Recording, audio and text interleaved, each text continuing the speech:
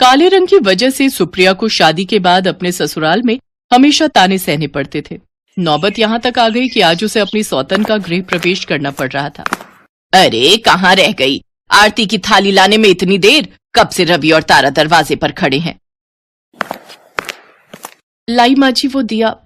फालतू की बातें छोड़ और बहू का गृह प्रवेश करवा। माँ तुम भी क्या हो, इसके हाथों से गृह प्रवेश करवा रही हो? इसकी शक्ल देखकर वैसे ही मूड खराब हो जाता है। अरे मैं इसीलिए ऐसा करवा रही हूँ कि इसे भी तो पता चले कि सौतन का गृह प्रवेश करवाने में कैसा लगता है। जब ये खुद ही तलाक नहीं लेना चाहती थी, इसे इसी घर में रहना है, घर के कोने में पड़ी रहूंगी यही बोलती है। और फिर घर के कामों के लिए नौकरानी भी तो चाहिए थी। अगर ये चली गई तो घर के काम कौन करेगा? हाँ। सुप्रिया तारा और रवि की आरती उतारती है और तारा का गृह प्रवेश होता है। सुप्रिया के साथ पूरे घर में नौकरानी की तरह व्यवहार किया जाता था, पर सुप्रिया की मजबूरी थी कि वो चुपचाप सारे अत्याचार सह रही थी। माँ जी, मैं और रवि आज शाम को मूवी देखने जा रहे हैं, पर मुझे अपने कपड़े धोने थे, कई दिनों के इकट्ठे हो गए हैं। अरे बहू कैसी बातें कर रही हो? तुम आराम से पिक्चर देखने जाओ, कपड़े सुप्रिया धो देगी। मैं उसे अभी बुलाती हूँ। सुप्रिया, ओ सुप्रिया। जी माँ जी। इधर आ, सारे कपड़े शाम तक धोकर प्रेस करके तारा बहू के कमरे में रख देना।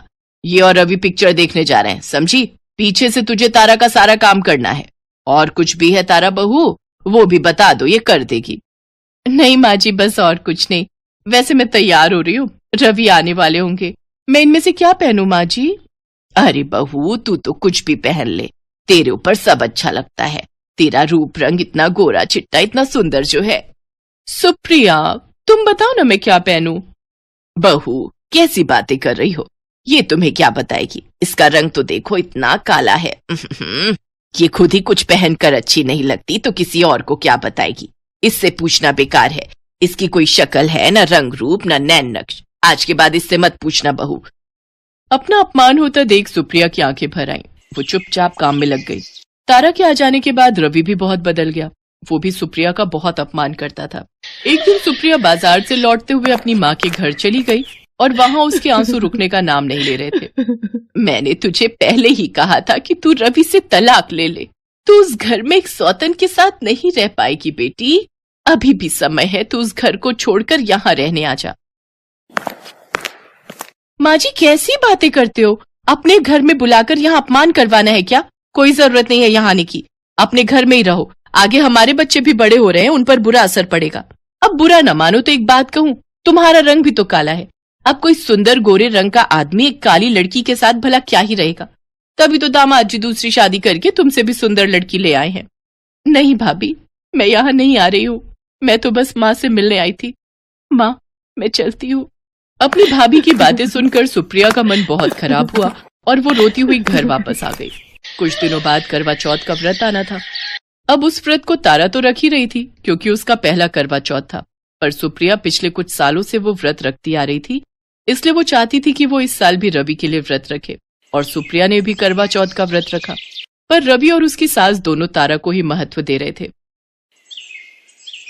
तारा बहू तुम सुबह से भूखी हो, चंद्रमा निकलने ही वाला है। बस थोड़ी देर और, उसके बाद तुम रवि के हाथों से पानी पीकर अपना व्रत खोल लेना। जी माँ जी, वैसे मैंने रवि की लंबी उम्र के लिए व्रत रखा है, इसलिए मैं भूख और प्यास की परवाह नहीं कर रही हूँ। जीती रहो बहू, जीती रहो। तुम जैसी सुशील बहू ही मैं अपने रवि के लिए चाहती थी। तुम में वो सब गुण हैं जो एक अच्छी पत्नी और एक अच्छी बहू में होने चाहिए। माँ जी मैंने सारा खाना बनाकर रख दिया है, आप कहो तो मैं थोड़ी देर मंदिर हो आऊं? अगर खाना बना ही दिया है तो तेरा यहाँ पर कोई काम नहीं है। और वैसे भी रवि तो तारा को ही पानी पिलाएगा, तो अपने आप ही पानी पीकर अपना व्रत खोल लेना। तेरे लिए इस व्रत का कोई महत्व नहीं है। ये व्रत तो तू जबरदस्ती का रख रही है, जबकि रवि तो अब तारा को ही अपनी पत्नी मानता है और मैं भी तारा को ही बहू मानती हूँ। माँ जी मैं अभी आई। सुप्रिया जैसे ही रोते हुए घर से बाहर जाने लगती है, तारा उसका रास्ता रोक लेती है। माँ जी की बात तो तुमने सुनी ली होगी, अब एक बात मेरी भी कान खोलकर सुन लो। कुछ ही दिनों में तुम्हें इस घर से ना निकाल दिया ना, तो मेरा नाम भी तारा नहीं। जाओ जहां भी जाना है।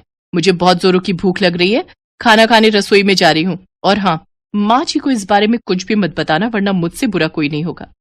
सुप्रिया जानती थी कि तारा ने ये झूठा व्रत रखा है, सुप्रिया मंदिर चली जाती है। उसका मन ठीक नहीं था। मंदिर में आरती हो रही थी, इसलिए वो कुछ देर वहीं बैठ जाती है। तभी एक लड़का सुप्रिया के पास आता है। सुप्रिया भाभी, रवि भैया सीढ़ियों से गिर गए, उनके बहुत चोट आई है। क्या? सीढ़ियों से गिर गए? हे देवी मैया, मेरे पति की रक्षा करना, मेरे सुहाग की रक्षा करना माँ।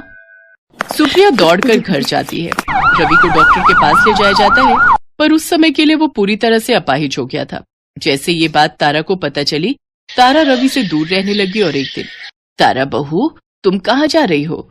तुम्हारे हाथ में ये अटैची और बैग कैसा? मैं ये घर छोड़कर जा रही हूँ अपने मायके। मुझे एक अपाहिज के साथ अपनी पूरी जिंदगी खराब नहीं करनी। मैं दिखने में सुंदर हूँ, जवान हूँ, मुझे तो बहुत लड़के मिल जाएंगे, पर मैं एक अपाहिज के साथ रहकर अपनी लाइफ थोड़ी खराब करूंगी। मुझे माफ करना, मैं ये रिश्ता तोड़ रही हूँ। मुझे अब रवि के साथ नहीं रहना।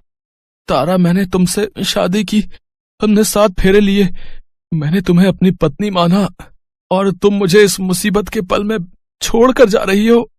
तारा, तुम तो रवि से प्यार करती हो ना? माँ जी, प्यार एक चलते फिरते इंसान से होता है, एक बीमार अपाहिज इंसान से नहीं। मुझे माफ करो, मैं जा रही हूँ और तलाक के कागज में भिजवा दूंगी। तारा परेशानियों के बीच वहां से निकल जाती है, पर सुप्रिया अपने पत्नी होने का पूरा फर्ज निभाती है। सुप्रिया रवि की दिन रात सेवा करती है। ये देखकर रवि और उसकी माँ बहुत शर्मिंदा होते हैं। जिस सुप्रिया का उन्होंने हमेशा अपमान किया, यहाँ तक कि रवि ने दूसरी शादी भी कर ली, आज वही सुप्रिया रवि की कितनी सेवा कर रही थी। सुप्रिया की मेहनत रंग लाती है और रवि कुछ ही दिनों में थोड़ा थोड़ा ठीक होने लगता है। जब ये बात तारा को पता चलती है तो वो वापस आ जाती है। आई एम सॉरी रवि, मुझे माफ कर दो। माँ जी, मैं घबरा गई थी, अब मैं वापस आ गई हूँ। देखना, रवि बहुत जल्दी ठीक हो जाएंगे। तुम ठीक कह रही हो तारा, मैं बहुत जल्दी ठीक हो जाऊंगा, पर तुम्हारी वजह से नहीं, अपनी पत्नी सुप्रिया की वजह से। निकल जाओ मेरे घर से और आज के बाद मेरे सामने भी मत आना। मैं तलाक के कागज तुम्हें भिजवा दूंगा। मेरी पत्नी सुप्रिया है और हमेशा वही रहेगी। रवि ठीक कह रहा है और मेरी बहू भी सुप्रिया है, तू नहीं। तू तो मतलबी इंसान है। मुसीबत के वक्त में मेरे बेटे को छोड़ कर गई। अब चली जा यहाँ से, दफा हो जा। तारा सुना नहीं माँ जी और रवि ने क्या कहा? Get out.